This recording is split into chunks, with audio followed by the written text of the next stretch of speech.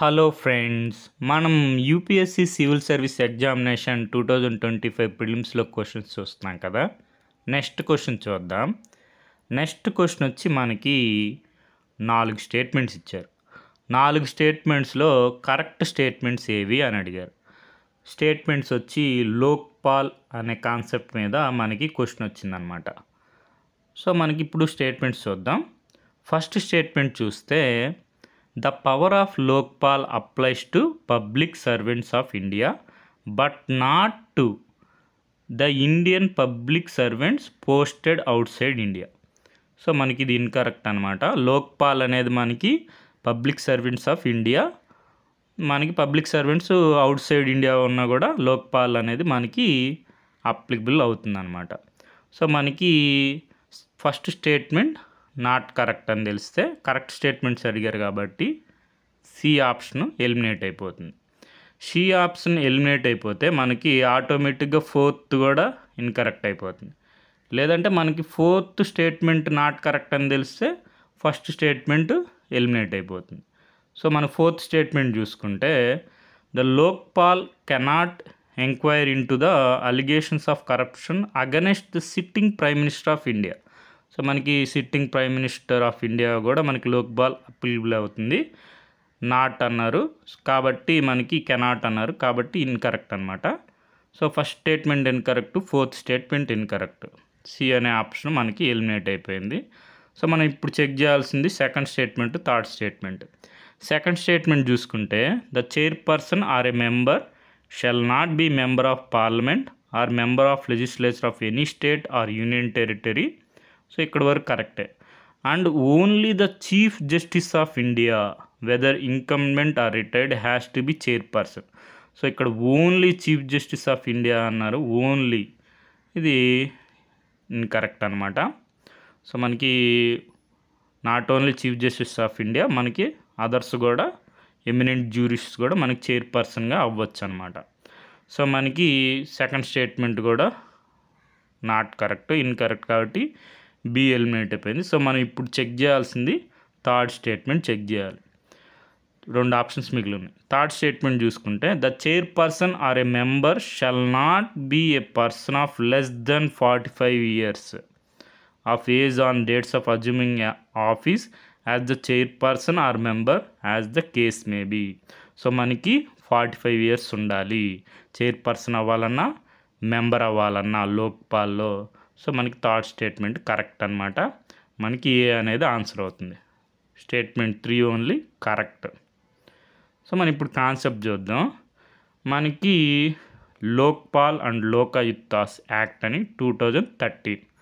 So మనకి salient features of Lokpal and Lokayuktas act 2013 చూసుకుంటే ఫస్ట్దే చూడండి. It seeks to establish institution of Lokpal at the centre. Lokpal మనకి సెంటర్లో ఉంటుంది, Lokayuktas at the level of state. ఎందుకు ఇవి? To provide uniform vigilance and anti corruption road map for nation both at centre and states. Centre వచ్చి Lokpal, states వచ్చి Lokayukta.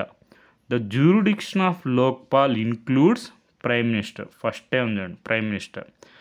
Cannot అన్నారు కాబట్టి fourth statement incorrect అయిపోయింది అనమాట. Ministers, members of the parliament, group A, B C, D మనకి officers and officials of the central government. మన యాక్ట్లో చూసుకుంటే పార్ట్ 1లో చూడండి. This act may be called Lokpal and Lokayuktas act 2013. It extends to whole of India. India మొత్తానికి applicable అవుతుంది. It shall apply to public service in and outside India. మనకి ఇండియాలో out side ఇండియాలో కూడా లోక్పాల్ అండ్ లోకాయుక్తాస్ యాక్ట్ 2013 అనేది applicable అవుతుంది. Not applicable out side India అన్నారు, అందుకని ఫస్ట్ స్టేట్మెంట్ ఇన్కరెక్ట్ అయింది. సో మనకి ప్రైమ్ మినిస్టర్ ఉంటారు కాబట్టి ఫోర్త్ స్టేట్మెంట్ ఇన్కరెక్ట్ అయింది. Out side Indian public servants కూడా మనకి అప్లికబుల్ అవుతుంది లోక్పాల్ అండ్ లోకాయుక్త యాక్ట్ 2013 అనేది. సో కాబట్టి ఫస్ట్ స్టేట్మెంట్ ఇన్కరెక్ట్ అయింది. ఇక మనం తర్వాత సెకండ్ స్టేట్మెంట్ చూసుకుంటే మనకి chairperson who is or has been chief justice of India or has been judge of a supreme court, judge అయినా పర్లేదు సుప్రీంకోర్టు, లేదంటే ఆర్ ఎమినెంట్ పర్సన్ అంటే చాలు. మనకి ఎలిజిబిలిటీస్ ఎక్కడ ఇచ్చినారు, ఇది మనకి Lokpal and Lokayukta act section 3 మనకి సబ్ సెక్షన్ 2లో ఉంది. తర్వాత మన సబ్ సెక్షన్ 3 క్లాస్ బిలో మనకి ఉన్నాయన్నమాట. స్పెషల్ మనకి ఎమినెంట్ పర్సన్ అన్నారు కదా, qualification as a member other than judicial member if he is a person impeccable integrity, outstanding ability, having special knowledge and expertise of not less than 25 years in the matters related to anti-corruption policy, public administration, vigilance, finance including insurance and banking, law and management. So మనకి only chief justice of India అన్నారు కాబట్టి incorrect అయిపోయింది ఆ statement. తర్వాత మనకి third statement correct. ఆ third statement ఇక్కడ ఉంది చూడండి. Chairperson or member shall not be member of parliament or member of legislature of any state or union territory. So మనకి ఇదనమాట, a person of less than 45 years ఉంటే మనకి ఉండకూడదు అనమాట. లెస్ దెన్ 45 years ఉండకూడదు కాబట్టి అంటే మనకి అట్లీస్ట్ 45 years ఉండాలి మెంబర్కి కానీ చైర్పర్సన్కి కానీ. సో అదే మనకి థర్డ్ స్టేట్మెంట్ కాబట్టి థర్డ్ స్టేట్మెంట్ కరెక్ట్ అయింది. సో మనకి సెలక్షన్ చైర్పర్సన్ మెంబర్స్కి లోక్పాల్ మనకి సెలక్షన్ కమిటీ ఉంటుంది. ఆ సెలక్షన్ కమిటీలో ఎవరెవరు ఉంటారని చూసుకోండి. Prime minister, speaker of Lok Sabha, leader of opposition in the Lok Sabha, chief justice of India or sitting supreme court judge nominated by the chief justice of India and an eminent jurist to be nominated by the president of India on the basis of recommendation of first 4 members of selection committee. So మనకి వీటికి source వచ్చి Indian polity Lakshmikanth sir book. తర్వాత వచ్చి మనకి Lokpal and Lokayukta act 2013. So మనకి gazette of ఇండియాలో publish అయింది 1 January 2014లో. అప్పుడు మనకి అసెంట్ అనేది ప్రెసిడెంట్ లభించింది లోక్పాల్ అండ్ లోకాయుక్త యాక్ట్కి. అప్పుడు మనకి ఇది పబ్లిష్ అయిందనమాట ద గెజెట్ ఆఫ్ ఇండియాలో. సో మనం ఇప్పుడు క్వశ్చన్ చూద్దాం. సో మనం ఇక్కడ క్వశ్చన్ చూసుకోండి.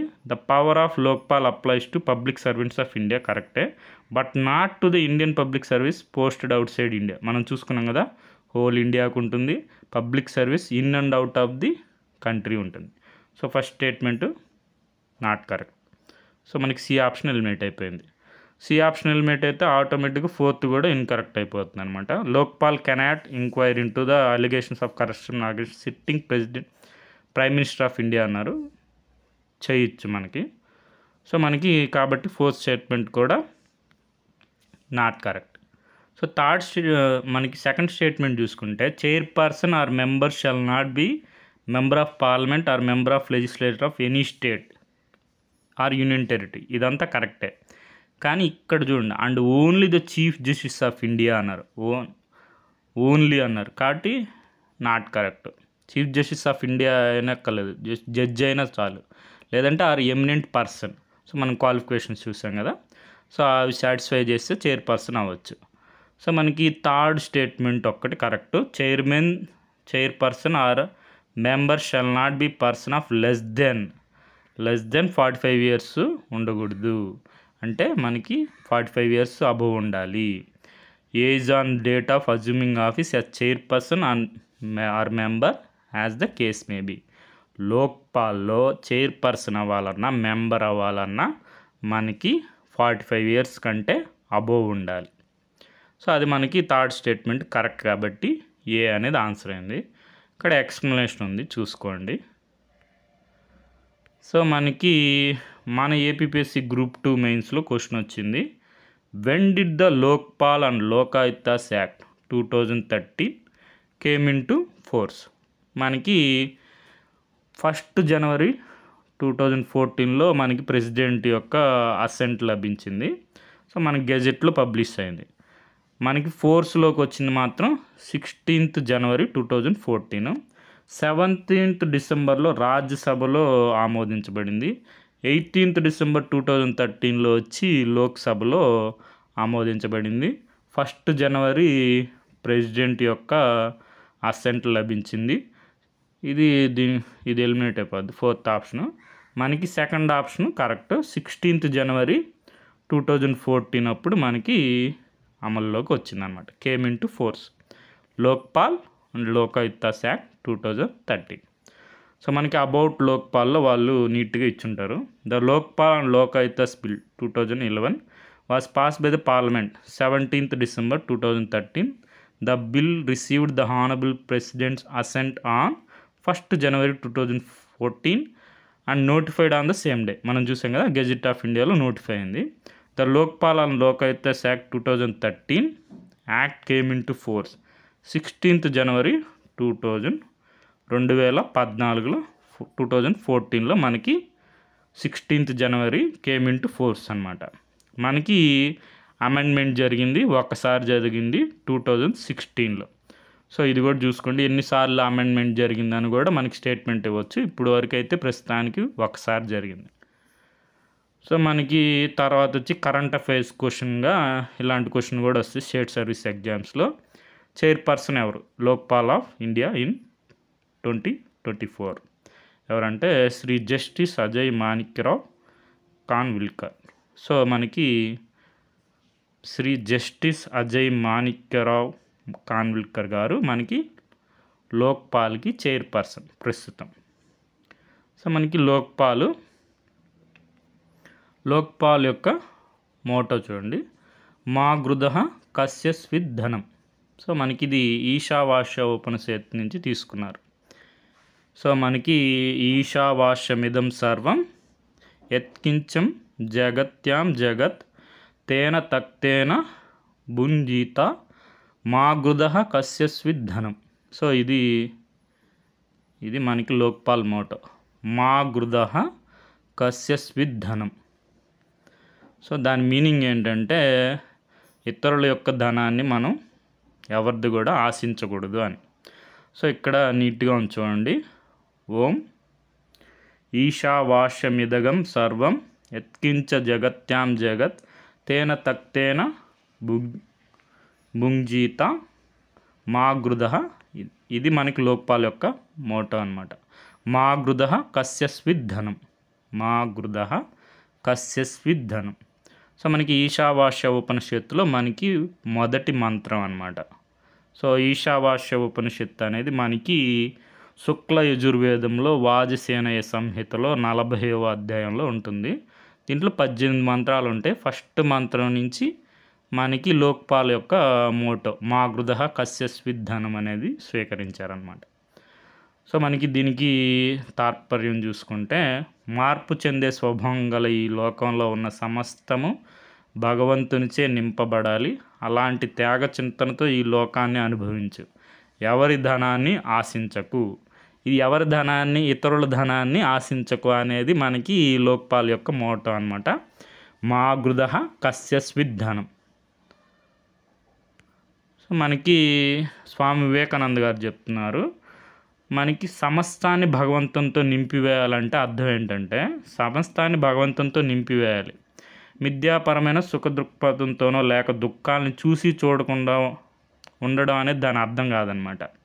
నిజానికి అన్నిటిలోనూ భగవంతుని చూడడం ద్వారా దీన్ని సాధించాలి. దీని భావం ఏంటంటే మనకి ఇప్పుడు నువ్వు నీ భార్యతో జీవితం గడపచ్చు, ఆమెను వదిలివేయాలని కాదు, కానీ ఆమెలో నువ్వు భగవంతుని చూడాలి. మీ పిల్లల్లో భగవంతుని చూడండి. అన్నిటిలోనూ ఇలాగే జీవితంలోనూ మరణంలోనూ సుఖంలోనూ దుఃఖంలోనూ అన్నిటిలోనూ భగవంతుడు సరిసమానంగా నిండి ఉన్నాడు. కళ్ళు తెరవండి, ఆయన్ని చూడండి. సో అదనమాట. సో మనకి ఈశావాస్య ఉపనిషత్తుకి శాంతి మంత్రం ఉంటుంది. ఇది మనకు తెలిసే ఉంటుంది. ఓం పూర్ణమదః పూర్ణమిదం పూర్ణాత్ పూర్ణముదచ్యతే పూర్ణస్స పూర్ణమాదాయ పూర్ణమేవాయ శిష్యతే. ఓం శాంతి శాంతి శాంతి. భగవంతుడు పరిపూర్ణుడు, ఈ లోకం పరిపూర్ణమైనది. పరిపూర్ణమైన భగవంతుని నుండి పరిపూర్ణమైన ఈ లోకం ఉద్భవించింది. ఇది చూడండి, పరిపూర్ణం నుండి పరిపూర్ణత తీసివేస్తే తర్వాత కూడా పరిపూర్ణతే మిగిలి ఉంది. సో మనకి మూలం వచ్చి ఈశావాస్య ఉపనిషత్తు అన్నమాట. Okay friends, thank you for watching.